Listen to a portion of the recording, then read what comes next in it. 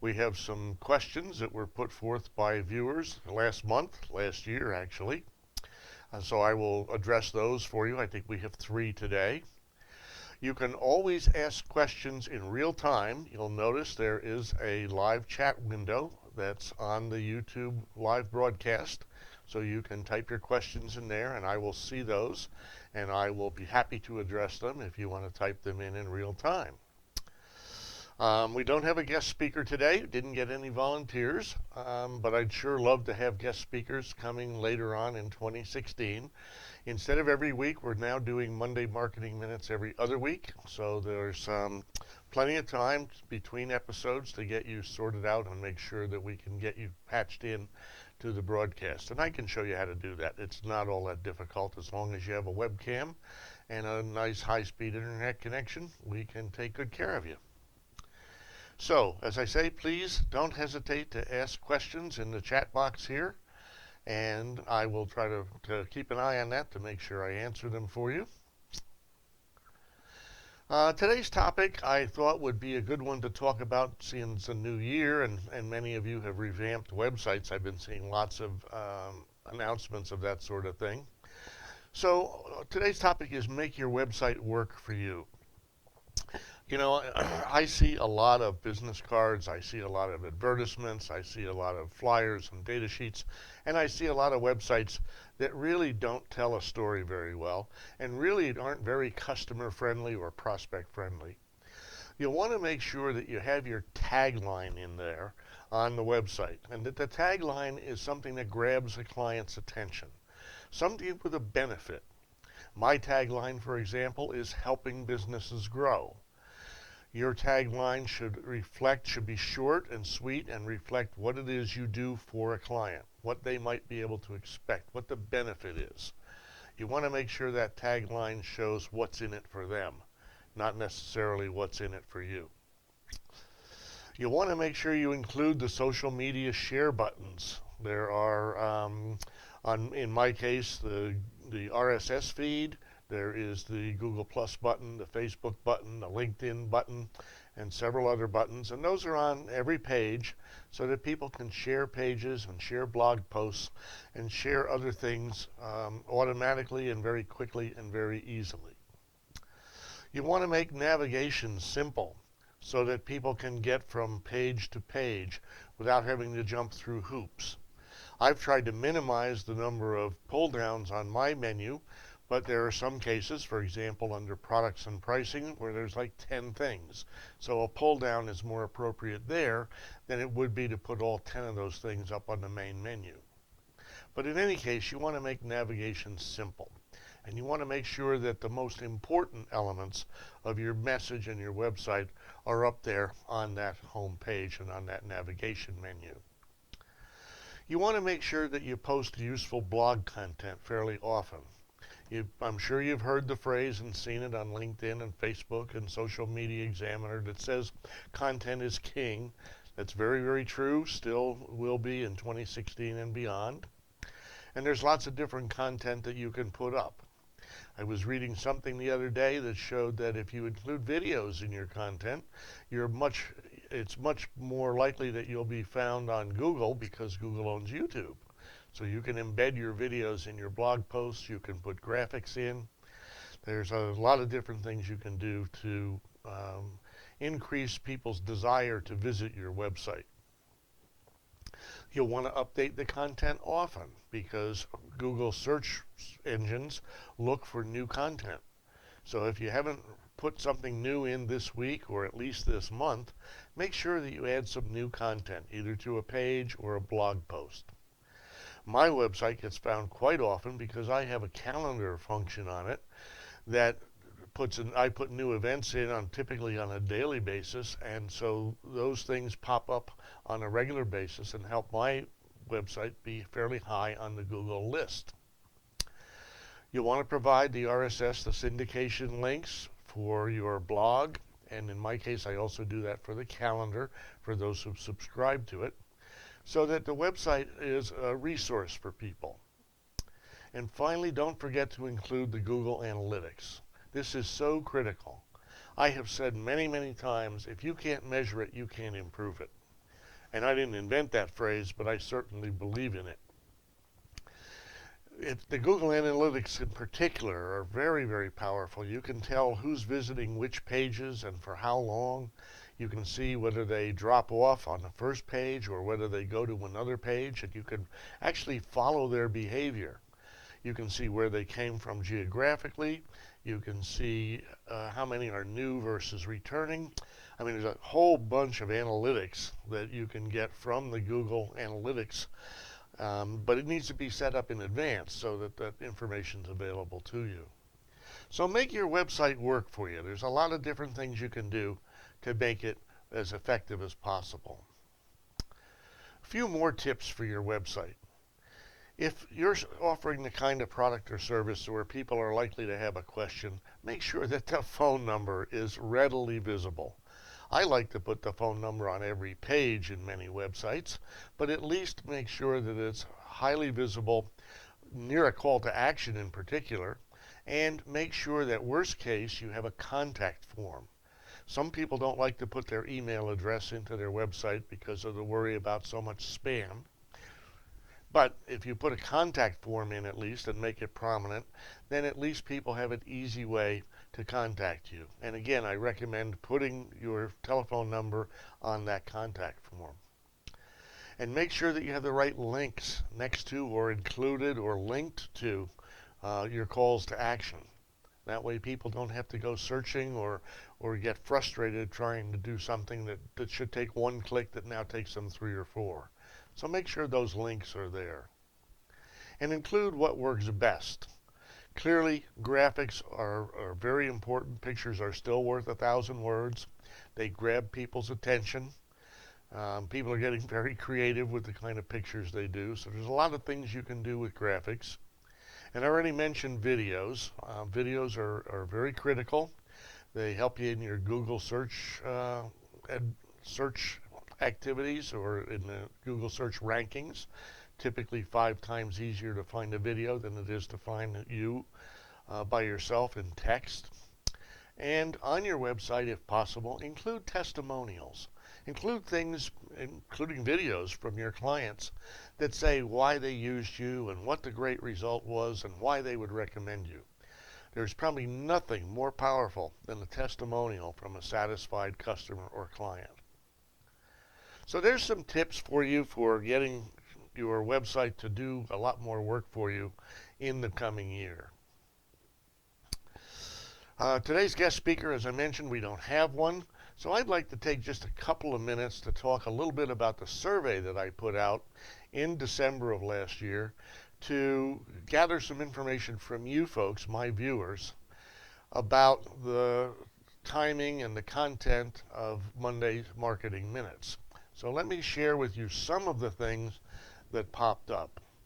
One of the things that came in was the issue of content.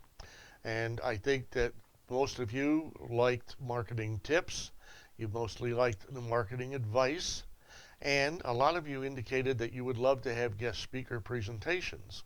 And in fact, a half a dozen of you said that you would like to be a guest speaker, but you didn't leave your name. So, if you were one who filled out the survey and you were one who would like to be a guest speaker, please contact me at john@johnturino.com or give me a call at 503-877-4609 and let's chat and get you scheduled in as a guest speaker. Because when it came to the questions section, viewers like to have questions from previous episodes or between episodes, but they also very much like to have the episodes or the questions that were done in real time. So if possible, the real-time questions are something that I'd really like to have more of. And as you can see, we don't have any yet here in the chat window, but it would sure be helpful if you put some in. Other things that came through in the survey had to do with frequency of the broadcast, whether we should do it weekly or every other week or monthly, and it came back every other week. The day came in with Monday still being the best day by a small margin. Other days were Thursday and Friday. Tuesday and Wednesday hardly registered. And then the time. Again, 9 o'clock actually came in the best with The next two coming in is a tie at 11 and 12, along with 5 o'clock. So we're going to stick with the 9 o'clock schedule because these broadcasts are recorded live stream on YouTube, and you can always go back and look at the broadcast, the replay, on Tuesday or Wednesday or Thursday or Friday at any time you would like after the streaming video has been processed. So that's where we stand on the Monday Marketing Minutes schedule for 2016. If you have a comment, if you have a topic, if you have a burning issue, something that you would like to have covered, please do send me an email or give me a call, and let's get it in there. And as I say, let's get the user questions in either in between episodes or next time you watch, actually see if you can ask a question in the real-time question box. So, with that, here are the viewer questions that have come in the past week or so, a couple of weeks actually, since we did December 14th broadcast. One was, what are some good ways to find out customers want in a product or a service? Well, I just talked about the survey I did on Monday Marketing Minutes, and surveys are a super way. If you want to find out what customers want, ask them. Many times, simply asking them will reveal what their needs are, what their wants are, and sometimes the need behind the need or the want behind the want, which is the real emotional reason that people make buying decisions. They justify them logically, of course, but they make them based on emotion. So if you can get behind the surface on asking people what they want in a product or a service and why they would buy it, you can often find the hook that will make your product a runaway success versus a mediocre seller. So you can ask them either on a survey like I did with SurveyMonkey on the web. You can set up social media polls using Facebook or LinkedIn. You can do survey cards at your point of sale terminal, hand them those. You can, like restaurants do, put survey cards in with the bill or on the table where the service is provided. So there are lots of different ways, but the best way clearly is simply ask what it is they would like to see in a product or a service. Another question that came in was, why do I need a formal marketing plan for my business? Well, I'm of the belief that if you don't have a written marketing plan, you don't have a plan, you have a wish. Unless you have it written down, it's not concrete, it's not real yet.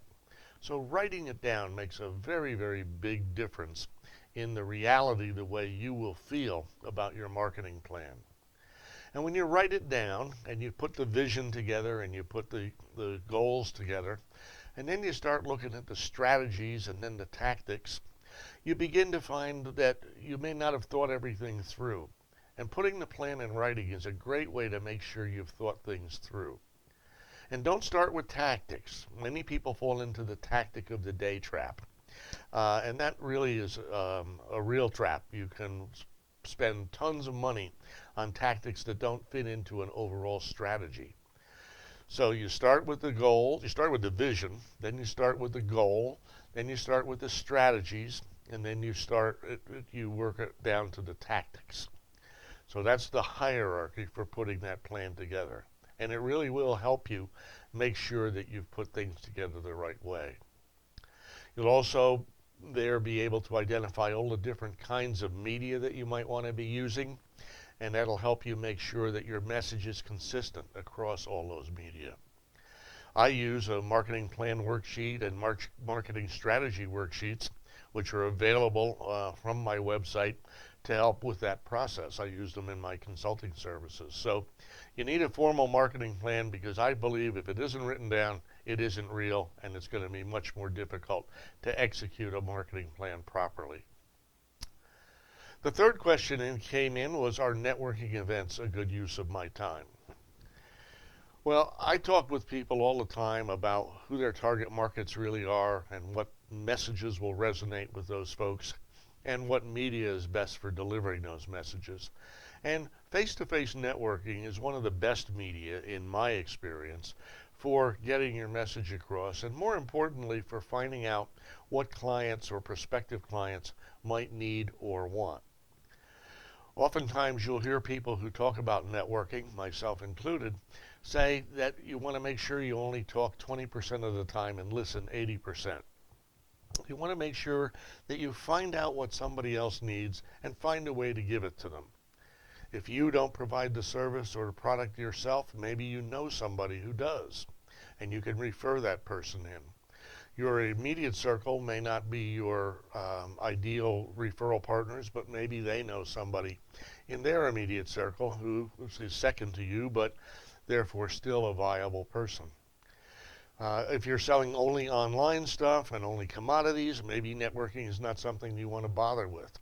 But in general, people buy things from people who they know and like and trust. And the only way I know to build that knowing and liking and trusting is face-to-face meetings. When you go to networking events, make sure you find the right ones. You don't necessarily want to go to a meeting of accountants if you're an accountant. You're looking for clients for your accounting business. So there, a small business operation or a business district association might be a better target. I mean, there's nothing wrong with belonging to your professional associations and schmoozing with them now and then, but for effective networking, you want to go where the prospective clients are. I actually have a whole course up on networking on Yes Course if you want some more information on networking. But my experience has been that networking events are very, very effective. So those were the questions that came in. Again, I don't see any live ones here yet, so we're probably going to have a fairly short broadcast today. I would like to put in a small commercial here. Please do visit my website at johnturino.com. You'll find a great many resources available to you there. I keep a calendar of the events that go on in the Portland area, and for the meager fee of $5 a month, you can subscribe to that. I update it on a daily basis typically. And instead of you spending hours each week or each month trying to find which events to go to, I call through 30 or more sources each month and put the events in that I think are worthwhile for you. So visit the website at johnturino.com and subscribe to the subscription event calendar. You just click on event calendar and the pull down will show you the sponsored one where the ads are, or the subscription one which you can subscribe to very easily. You'll find links there also to online courses and ebooks. Some of them I charge for, some of them are free. Marketing Plan Development ebook is free if you'd like to have more information on some of the topics that I covered in our advice and tips today. Others, like the networking class or the marketing plan seminar, there is a charge for. That one is up on udemy.com. But it's a nominal charge and much less expensive than not having a plan at all. You'll also find resources and links on there to government organizations, federal, city, state, county, and to organizations, networking organizations, trade organizations, business district associations, and so on and so forth. So take a poke around there. You'll see, as I say, a networking course in there. There's the marketing plan seminar. If you make presentations, I have a booklet on presentations that persuade. That one I do charge for, but things like marketing strategy development are free. The marketing planning and strategy worksheets, there's a nominal charge for as well, but they're available.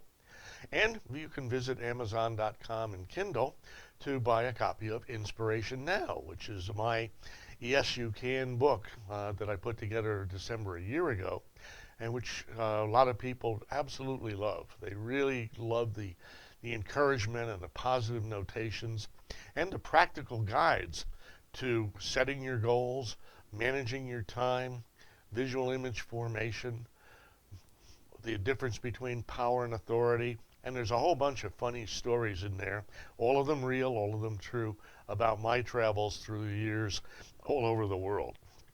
So pick up a copy of Inspiration Now. You'll love that book. Everybody I know does.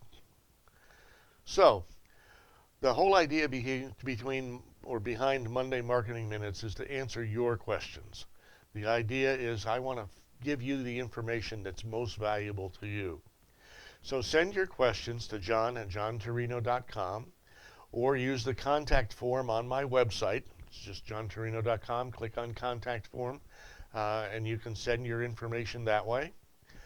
We will have a guest speaker on the January 25th episode here of Monday Marketing Minutes if I get a volunteer.